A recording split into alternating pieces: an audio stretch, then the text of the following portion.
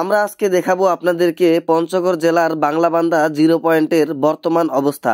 আমার পিছনে আপনারা অবশ্যই দেখতে পাচ্ছেন অসংখ্য মানুষ দেশের বিভিন্ন জায়গা থেকে ঘুরতে আসছে। তো সুপ্রিয় দর্শক বন্ধুরা, আপনারা বাংলাবান্ধা জিরো পয়েন্ট যাওয়ার আগে দুই সাইডে অসংখ্য গাড়ি দেখতে পাবেন আর বিভিন্ন রকমের পাথরের পাহাড় দেখতে পারবেন। এই পাথরগুলো বিভিন্ন রকমের সাইজে থাকে, যেমন এই পাথরগুলো কিন্তু অনেক বড় বড় আকারের হয়ে থাকে। এগুলো মেশিন দিয়ে ভাঙানোর পরে বিভিন্ন সাইজে এনে এগুলোকে বিভিন্ন রকম পাহাড়ে পরিণত করা হয়।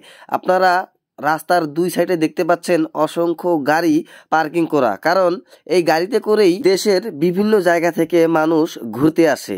আর এইখানে তেমন পার্কিং করার মতো কোনো জায়গা নেই, এই জন্যই রাস্তার দুই সাইডে গাড়িগুলো রাখা হয়। বর্তমান যে আপনারা স্টেডিয়ামের মতো একটি জায়গা দেখতে পাচ্ছেন, এই জায়গাটা কিন্তু আগে ছিল না।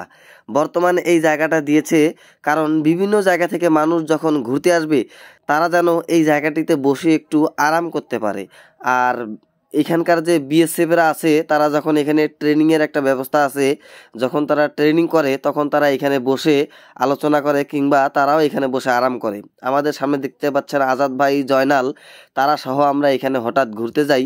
আমরা ভাবছিলাম যে এই জায়গাটা একটু ভিডিও করে আমরা অনলাইনে ছাড়বো, কারণ আগের এই জায়গাটা আর বর্তমানের এই জায়গাটা অনেক পার্থক্য। আপনারা দেখতেই পাচ্ছেন যে জিরো আকারে যে জিরোটা লেখা, এই জিরোতে অনেক মানুষ ছবি উঠাচ্ছে।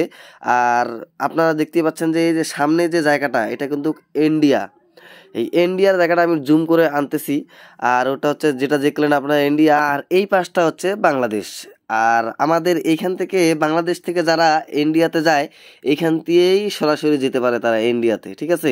আর যখন ইন্ডিয়াতে যখন তারা যায় তখন ওইখান থেকে অটো আসে, অটো এসে তাদেরকে ভিতরে নিয়ে যায়। আপনারা দেখতেই পাচ্ছেন জায়গাটা মানে অসাধারণ সুন্দর করেছে।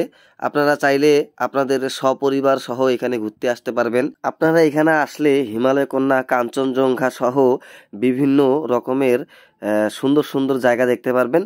আর বিশেষ করে এখানে আসলে আপনার মনটা অসংখ্য ভালো হবে। ধন্যবাদ।